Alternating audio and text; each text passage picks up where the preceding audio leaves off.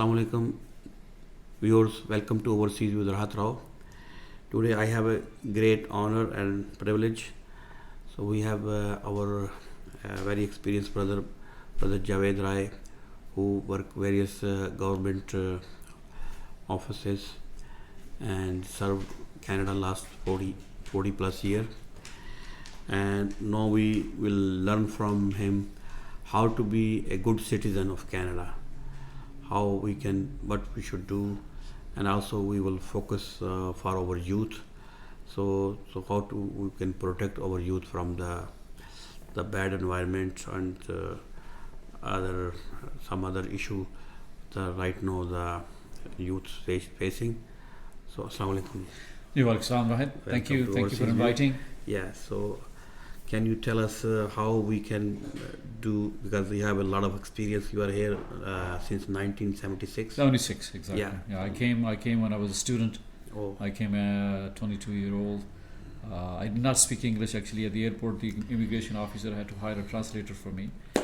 But the first thing I did was I went to school, did my grade 12, then I went to college, and I went out of my way to learn the language. The communication is really important. So I'm very thankful to Almighty Allah Ta'ala that gave me the opportunity to acquire the ability of the English language. Well, I came 1995. Since I came, whenever I talk to you, your accent is like you born here. The way you speak, seriously. I think being from a Punjabi background, I think Punjabi is a very lazy language. It's a beautiful language, but it's a lazy language. And then when we translate that into English, we tend to speak fast, and also so I went out of my way to make sure that I speak the way the language should be spoken. My roommate when I was going to school was from England. Colin Reynolds, my best friend actually at that time. And I hung around with him, so unconsciously I picked up the accent from him. So I still have a bit of an accent, but I try to make sure that I communicate properly in the English language. Canada is a wonderful place. You meet people from all over. I can talk to a Greek, I can talk to a Norwegian, and the funny thing is, the first time I met Sikh community here in Canada. You meet the people, the country, you never heard the name of country in the world. Exactly. I I have money transfer business. People say, okay, I'm from Ghana, Djibouti, yes. You name it. Like Fiji, I never heard before Fiji when I came here. That's right. And we are lucky when we came to the airport, we have a Punjabi speaking people. We didn't need that right way. Everything. No, it's a blessed land. It's a wonderful land. It's a beautiful land. I have a great deal of respect for Canada.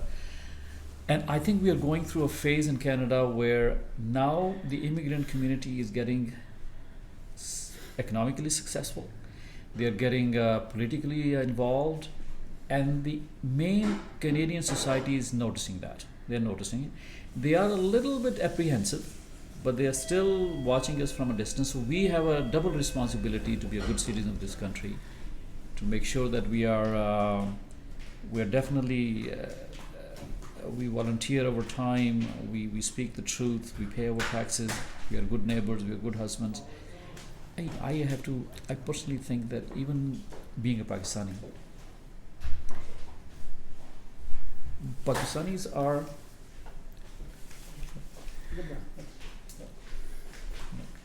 and I think even the local police will tell you that they don't really get very many family dispute calls from Pakistani families as much as they get from other communities, because I think in general Pakistanis don't drink. In general, our family setup is such that mashallah we are more peaceful neighbors than the other community are. So I think you asked me a question of how to be a good citizen of this country, how to be a good citizen of any country, not necessarily in Canada. The manifesto and the rule, the regulation we are given in the Bible and the Quran, they are pretty much the same. As a matter of fact, I am a student of Bible as well. I have 6 editions of Bible at home. The similarity between Quran and the Bible are absolutely incredible. I have here the book here, the Constitution. Pakistan? But Pakistan Constitution have everything, but unfortunately they don't implement. Exactly. This is the same law like in Canada have. Like I was amazed, like in my city, our city, not my city, like same city. Yeah.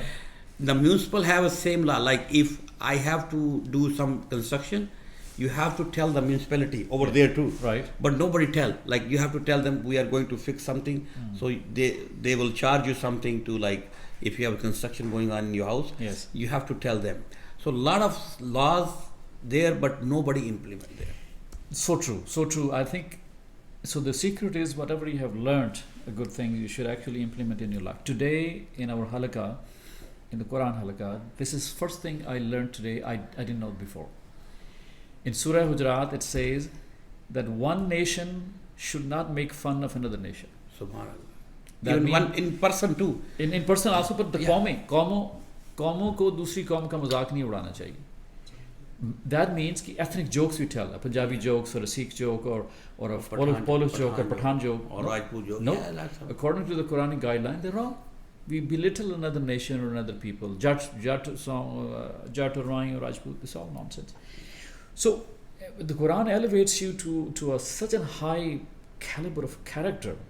It is absolutely incredible. But you're right.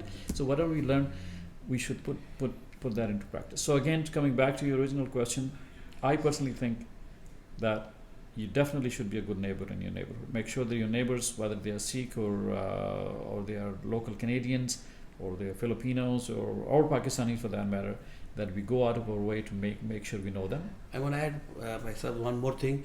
In our religion, Prophet ﷺ said, whoever the neighbor is not happy of his from him, he is not going to be Jannah. It doesn't say neighbor what kind of neighbor, any neighbor. But so neighbor have so many rights, so many rights came, and the Sahaba got afraid maybe the next order will come to get the share in the property. So neighbor, if you want to go to Jannah, you if you eat and your neighbor is not hungry, you will never go to Jannah. So but that thing is missing here. Like I have a neighbor. I've been living here for 5 years. This house. Yes. I try to be friendly. With this side we have Spanish, but they are very different people. Like you try to be friendly with people. I have this side is Punjabi woman. She's friendly. Like she one time I have a gathering. Like last time we have it. Like last Sunday, she offered me like you can park here, and I asked this neighbor. They said, no, sorry, we have some. Like they are like very people are very private here. They are. If you try to be friendly, people think, oh, what is this guy? It is, when the bigger the city is, the more apart the people are. It is just nature of the beast. Prophet Muhammad, there is a hadith, a beautiful hadith.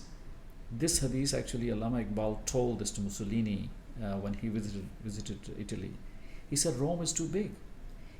He said that when Rome was getting bigger, they should have stopped the growth and then go out maybe 40 kilometers or so and then built another city, rather than having this becoming huge metropolis. New York. New York is such a huge city, but there's so much crime, so much people. Smaller cities, smaller communities are always nicer and so therefore I think maybe in future planning, even if we plan a Pakistani community in there, we make sure that don't let the city be bigger and bigger and bigger. Stop. What should we do to protect our youth? I see that it's the environment is outside. You see because legalize the marijuana and other drugs outside and things. So youths are very important because when we came here, we were grown up. Like we came like 20-year-old, 25-year-old, 22-year-old. That's right. So, but the youth who grew up here, the funny thing you're asking me this question is because in the Quran and in the Prophet Muhammad and Hadith, Allah has given us guideline for every single thing, but one aspect of life is missing. It's not in the Quran, it's not in the Hadith. There is no guideline. If this happens, what should you do? You know what that is? That if you become a ghulam to another nation, non-Muslim nation, how to lead your life, it's not there. कि अगर तुम दूसरी कौमों के गुलाम बन जाओगे तो तुमने क्या करना वो है ही नहीं है कि तुम गुलाम बन नहीं सकते. मीनिंग ये है कि first of all we should have an Islamic मुआशरा. इस्लामिक मुआशरा होगा तो उसमें पढ़ने उसमें पलने वाले लोग जो हैं वो हेल्थी मुसलमान भी होंगे, हेल्थी सिटीजन भी होंगे. अच्छा, वो अब है नहीं यहाँ, right? It's not here. It's not even anywhere.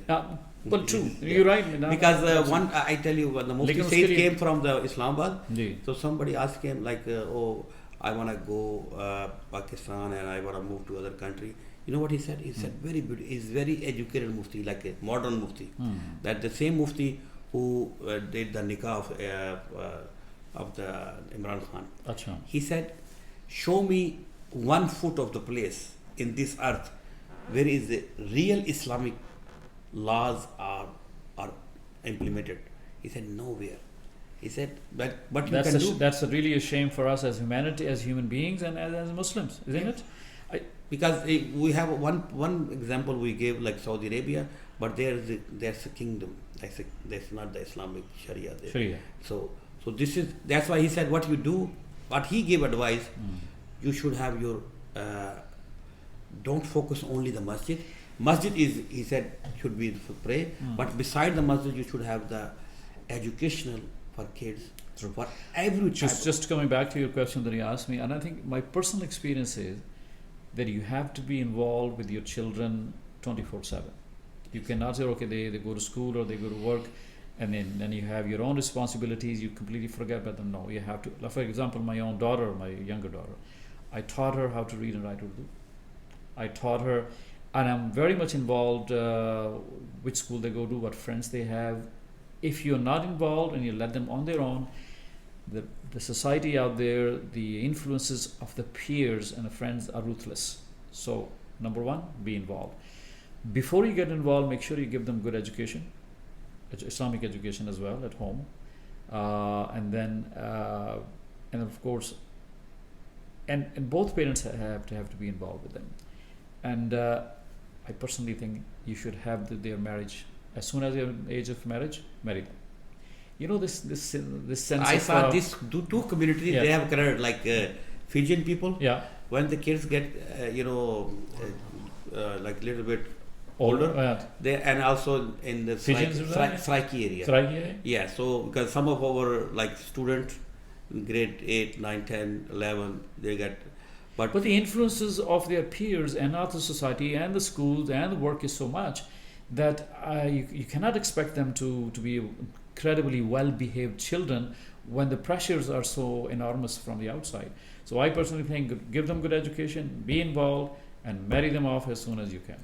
And I think that's and first of all, I think we should also be keeping in mind how can we make into a society where we can have Islamic laws. I heard there is a town in the States called Dearborn, Michigan. Dearborn, Michigan is all Islamic. Every single thing in that town, wherever you go to a restaurant, it's halal food, mosques are there, they have their own bylaws, and I think the American government they are watching them closely. But I think they're very good citizens of that country. I personally think for us to be loyal to this country is also, we have to keep balance between being loyal to Canada and also loyal to the Islamic laws. It's a difficult balance to keep, but we can do it. And at the last, I will ask you, like you have experience in this field of driving field. For the young people, what message you have if the new driver, lots of new driver have an accident and the careless driving, you know and what, how to focus on. You're talking about younger people and driving. I used to teach driver education at Burnaby School Board, and I used to tell this to the students. We as a human race, we have gone to the moon, yet we have in America 40,000 people in US, 40,000 people dying every day. In Canada, 44,000 people die every year on the road. Now, if you put the casualties together of the whole earth, we have killed more people with automobile than all human wars put together. So, all human wars. See, that's I learned today, first time in my life. All human wars put together, we have killed more people with automobile than killed in all wars. That means we're not very smart. We think we're very smart. We're not smart as human beings. So we have to be involved. How to, maybe in the future there will be you push a button and the car will take from point A to point B. It's already out there. It's out there, but it will come. But in the meantime, we have done a really bad job. So for that reason, I think make sure that you give your kids a real good education, driver education, be involved, and also it's just don't take driving casually. Take it very seriously. Once they have some basic knowledge and basic skills, then later on, after 6 months or so, get them a defensive driving course. Get them involved. Even for us, because when they're learning the basic, they cannot pay attention to defensive driving. Once they have the basics down pat, then you can go. So therefore, tell them also, be creative. Give us the ideas how we can make our intersections safer, how we can make our cars safer, or even in the future they will have auto. I mean, you push the button and the car will take you from point A to point B. But in the meantime, don't drink and drive, that's for sure. And thank God, Muslims, kids and us, we don't really drink. Lots of people oppose the red light camera. Personally, I am in big favor, because I used to drive lots in my life. So one day I was going green light, and one drunk guy, he was crossing red light. Exactly. So red light camera should be there everywhere. What is the privacy red light camera? I don't understand. There is no privacy violations. What privacy violations? No, this is the only, they bring the argument. Yeah. Okay, we have privacy. Why? We have a camera. Privacy for what? What you are driving, you are on the road. Yeah. What privacy you want? No, nothing wrong with that. I think these are the frustrations of the administration to keep the streets safer. But see, now there are so many options. For example, if I had my way, 90% of the intersections in the city, the traffic lights, I will take them out. Gone. Traffic circles. Traffic circles are efficient and also safe. In a traffic circle, you will never see a very serious accident. Never. Because you have to slow down to negotiate the intersection, right? You might have a little fender bender or maybe all of that. Even if that, there is a solution. I saw some of them in Pitt Meadows? Like the Pitt Meadows. Traffic circle? Yeah. Well, there are small traffic circles here in Delta as well and in Surrey also, but they're small, that's fine. But the bigger traffic circles in England, by the way, they're taking the lights out and they're replacing them in traffic circles already in Europe, in England. And I think that's one way of doing it. To me, I find that absolutely an incredible, mind-boggling statistics that we are killing that many people. You know how many people were killed in Vietnam War? 42,000 people. 42,000 American soldiers, and the whole nation was up in arms to stop it. But we don't react to the automobile accidents. One thing I still remember, you told me when I was new driver, I said, why not they increase the limit? There is some of the place 50, some of the place 60. The speed limit, you mean? And you know what you reply? You said, if the people already going 50, they are going 70. And if they increase to 60 or 70, then they will start going to 90. So they always go 10, 20 more people they have. Well, there has to be a grace range, right? The grace range. When they come for a road test and as an examiner, they ask me, well, how much I'm allowed to go up or lower the speed limit? I say if the speed limit is 50, the grace range is 5 kilometers over or 5 kilometers under to stay in that range. So there is a grace range in that sense.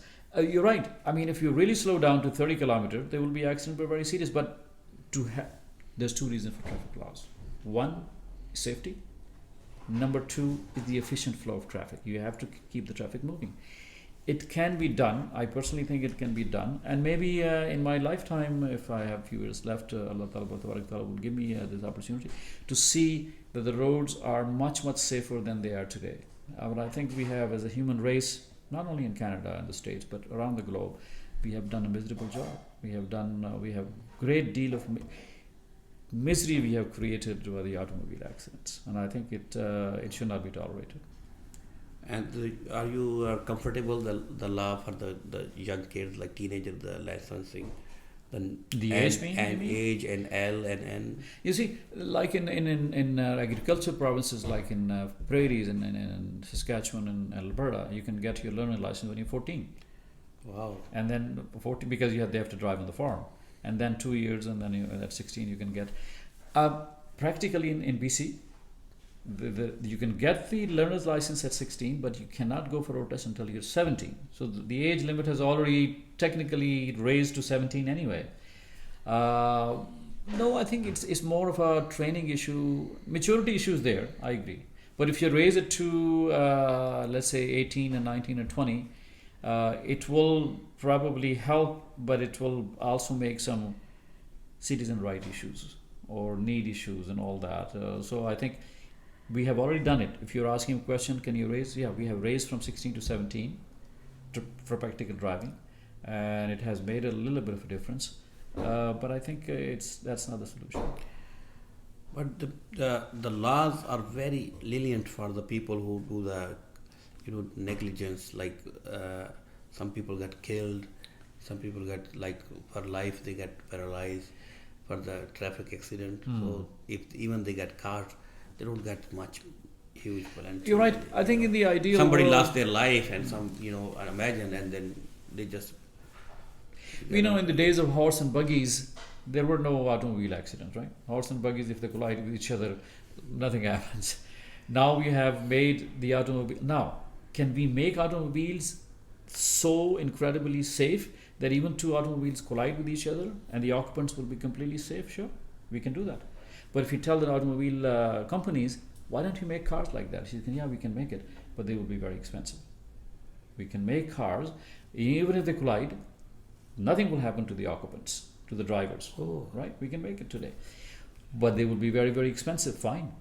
So I think we have to seriously think that the 44,000 people dying on the roads of North America is not acceptable, and people have to be made aware of that. And then I used to ask the kids, okay, tell me ideas, how can we improve it? Tomorrow you go home today, and tomorrow when you come back, I want you to see every kid give me one suggestion in high school. And they will come up with such incredible suggestions. For example, the light system. The light system is 95 years old. An Englishman in England came up with that system. He never even drove a car himself. He got fed up with the motorist that he came, okay, this is red, this is yellow, this is green. For 95 years, the only thing we added to the light system is the green flashing arrow. And this is only in BC, Yeah, by only- the way. So Right. some people ask me, like when I used to drive, they said, well, I would never saw this flashing light. What does that mean? Then I explain them, this is like somebody need to cross the road, cross the road. push the button, Yeah. then it's become steady, then yellow, then it's become red. So they will come out, okay, and then again, tell me how can we change? They will give me a lot of suggestions how to change the light system to make it safer even for the motorist. And there's so many ways we can do it. For example, if the light is green, you can say, okay, the same light will go 10, 9, 8, 7, and then we know how much time we have left. Or now I say even the walk signal, you can tell sometime if the walk signal is going to change and it displays the numbers from 16, 17, 16, 15, 14, then we can tell. Or that's one option. Putting traffic circle is another option. Some bigger roads have overpasses going from each other, no intersection, no lights, but streets going in a different way.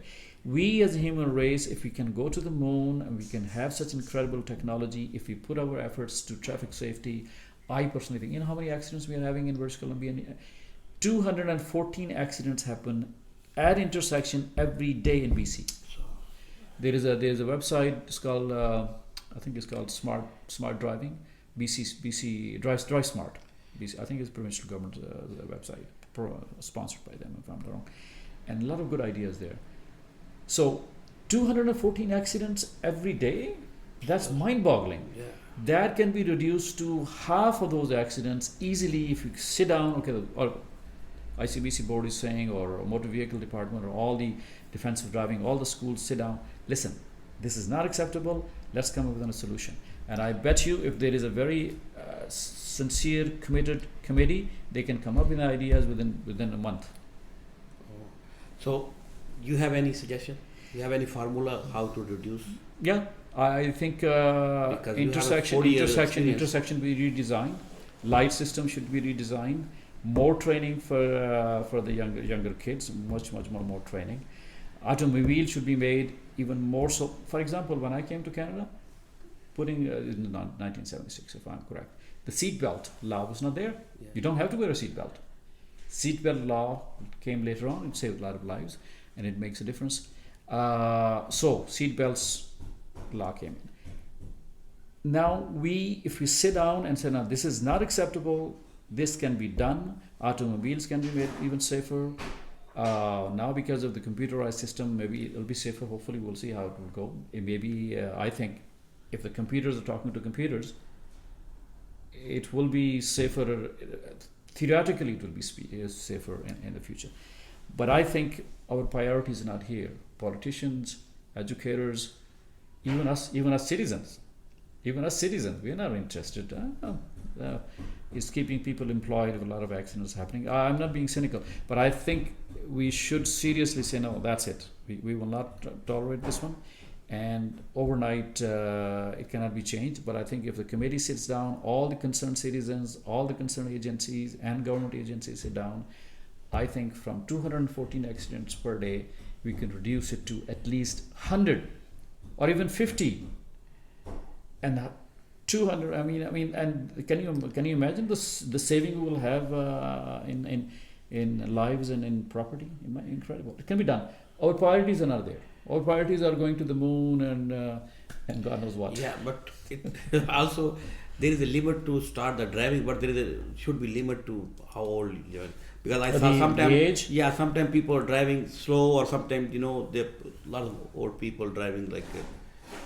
What do you think? One of my supervisors at one time, my managers used to say, and I agreed with him. He said, it has nothing to do with age. It has to do with your personal family values, family values. Okay. If you come from a good family value, respect for the law, that reflects in your driving. I used to say jokingly to the kids that if you really want to find out somebody who really, how they inside, what's their inner personality is like. Let's say you're thinking of marrying a person and you don't really know what the person is. Take him downtown. Put him behind the wheel. It is hot, it's muggy, traffic jams. You're sitting in the passenger seat. Watch him how he drives. If he's cool, calm, collected, not swearing, under pressure, marry him. He's a good guy. That would be very right. What I'm saying is, it's when you get behind the wheel, your true personality comes out. So your values reflect in your driving. So, but I think it's whenever my kids or my wife or whoever they go out on the street, you're always worried because whenever you're behind the wheel, the risk is there. I remember when you were examiner, somebody approached you and then you said, this is not. You think this is just a driving license? Mm-hmm. If the person doesn't know how to drive, it's like giving a license to kill people. Exactly. Is that I can't, this license is very important. It's not a small thing. No, absolutely. If you give a wrong person the license to drive, it's like you're giving the license to kill people, because if it doesn't know how to drive, then it is so true. But the funny thing is, driving is such, everybody thinks they are the best driver in the world, and it's not normal. It's normal, but nevertheless, I think we have the automobile itself not safe enough, the driver training is not enough, intersection design is not there. Automobiles, they have engines, we can run too fast, but when they collide, they don't have the protection in there. And that is by design. We are very casual about this one. If you say, okay, that's it, we're going to stop it, the whole world comes to a stop. Let's stop this nonsense. So, see, when I told you that we have killed more people with automobiles. I never knew before. Right. Nobody told me. They never advertise or educate people, like how many people get killed every day or every year. And this is the North American statistics, which is and in Pakistan and in other countries, no, they don't have statistics, and they don't have. I'll give you an example. Dawson Creek, one time I remember, I give that example to the student. Dawson Creek, one day, hundreds and thousands of frogs came out of nowhere and started to cross the road.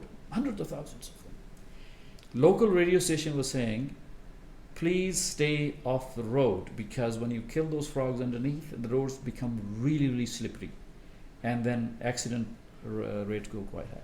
Those frogs, when they're crossing the road, because they're animals, they have no idea what's happening. And I used to joke with the kids, we as human beings are worse than those frogs. By killing each other, so many with the automobiles, we're not smarter than those frogs. We are killing with this. So let's stop this nonsense of automobile accidents. I think personally, if this more red lights, red light, it will reduce it will help. I think it helps. It helps because people got the tickets. Yeah. Then they're gonna start slowing and start crossing the red light. Right. One day people come from Europe or even third world countries. They like the Canadian system. They like the system we have here. because people drive much more obeying the law. That is true, but that is not the only solution. I think we have to come up with many solutions to fix this. So, Paisab, thank you very much for Absolutely. you take time for us and this late night, and inshallah we will learn a lot. Personally, I learn like I never knew like how many people got killed Right. every year. It shocks you, doesn't it? Really, seriously, Right. it's a lot. So inshallah Absolutely. we will keep calling you again and again. Yeah, thank you, Rahul, for and giving me the learn opportunity. from Yeah, you more and absolutely. more, inshallah. Thank you very much. Thank you. Absolutely. Assalamu All right. Thank you. Thank you. alaikum. थोड़ी तस्वीर आ गई। pretty good conversation.